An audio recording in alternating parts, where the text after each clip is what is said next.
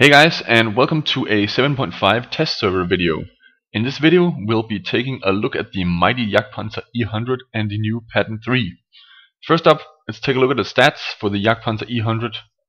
We have a beast of 2300 HP, a speed limit of 30 km an hour, traverse speed of 18, and then an insane gun with an average of 1100 damage per shot, with a penetration of 299. So if this guy hits just a little above average penetration, you shouldn't have to worry about the T95 from the front. But this gun does of course reload at a really slow pace, at 2.4. But when you can kill almost any tank in the game in 2 shots, then of course it has to be a slow reloader. 200mm armor in the front, and 120 and 150 on the side and rear. To be perfectly honest, I can't see a reason for this massive beast to have that much HP when it has the most damaging gun on any tank in the entire game, besides artillery. All other tier 10 TDs will have an average damage of 550 per shot. But let's get into a few battles and see what this monster can do. First up, we have a battle on the Arctic region, or Mannerheim line, where there's no artillery, so I decided to go somewhere I had never gone, and I'm instantly punished. The Yakpanzer E100 has a view range of 400 meters, yet still a Jagdtiger and an E50M spots me way before I even get to the wanted spot. Those two have the same view range as me, so I'm pretty sure there's a scout closer to us. Luckily they miss me after their first 2 shells and I get to cover by the mountain. After a short while the Jagdtiger gets spotted and I start feeling happy as he shows his side, and I fire my big gun straight towards him. He disappears and I have no idea if I hit or not, but he reappears after a few seconds and he now has 1203 less HP on his tank. This gun is scary. Nothing happens for some time and the South push around and a mouse is found at my previous spot. I get around the corner and fire a shell in the buffed HP mouse. It now has 3000 HP, but with my gun fired he's left with 1436 HP.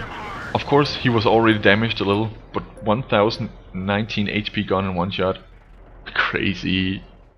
We move on to the next battle. Here we'll see that even this massive gun can go ahead and do absolutely 0 damage.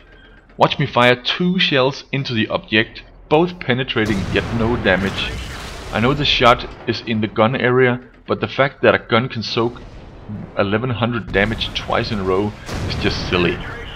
Another Yakpanzer E100 also soaks a penetrating shell straight to the face, but I finally get a shot off on a T95 where I'm able to see the damage, right in his cupola for 1132 damage. But of course this isn't enough to stop the 4 to 5 tank destroyers coming towards me, because I was left kind of alone for way too long and die shortly hereafter. Let's not look at the abuse. Let's move on to the Patton III. I've only tried it once before it got too late for me to keep playing, but please note that all new tier 10 medium tanks will be using APCR, which has the icon of premium ammo. But the APCR is the standard ammo for these new guys, and heat is the new premium icon for them. Just so you guys know, and don't go writing gold ammo on YouTube videos. The changes from the Patton are 250 more HP, 3 km per hour less top speed from the Patton 1, traverse speed is 50, the hull got an increase in 8mm in the front and 16 less armor in the rear, while the turret is 178mm where the Patton has 114. And again, the rear of the Patton III is less than the Patton, with 51mm on the Patton III to the 76 on the Patton. And the gun you know about from the previous video, same damage but more penetration. The match starts out with a bad chat being a bit too confident and charging straight into all of us. I then push with the guys towards the new USSR tier 10 medium tank, and as you can see with the new gun and penetration, you don't even have to aim to penetrate. Even the front, which has the most slope, is penetrated very easily. With the Patton III, I mostly want to test it out on bigger targets, as I do on this E100. I want to see if it is easier to penetrate the front on bigger targets, but it's still very bouncy. The rest of the game was flanking and shooting tanks from behind or their sides.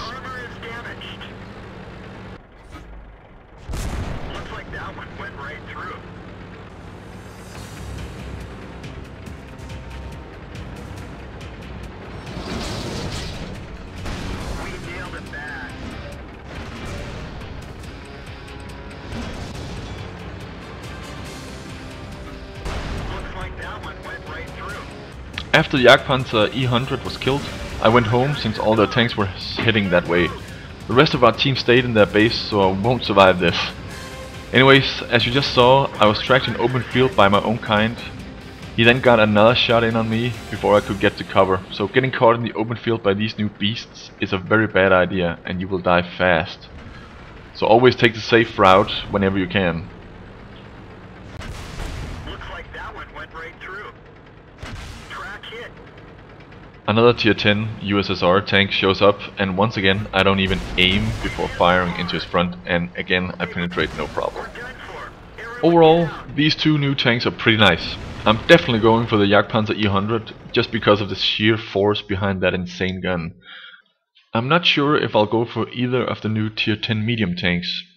Maybe whenever I get to the XP needed through casual playing, but I don't feel like I could do stuff I couldn't do in my Patton 1. But I'm definitely going for the tier 10 French tank destroyer. A 3-shell magazine of 850 damage per shell with the top speed and traverse speed of a light tank. That's just too insane to pass up on. Oh, and one last thing. With the new patch, they're changing the matchmaker, so you'll never meet a tank higher than one tier from your own tier, unless you platoon, but then it's your own fault. I'm not sure if this will be good or bad, but we'll see. I see a lot of new powerful tanks emerging when they can't face bigger tanks to take care of them for the little guys. But we'll see. Take care guys, and Company Night 3 video is coming up tomorrow.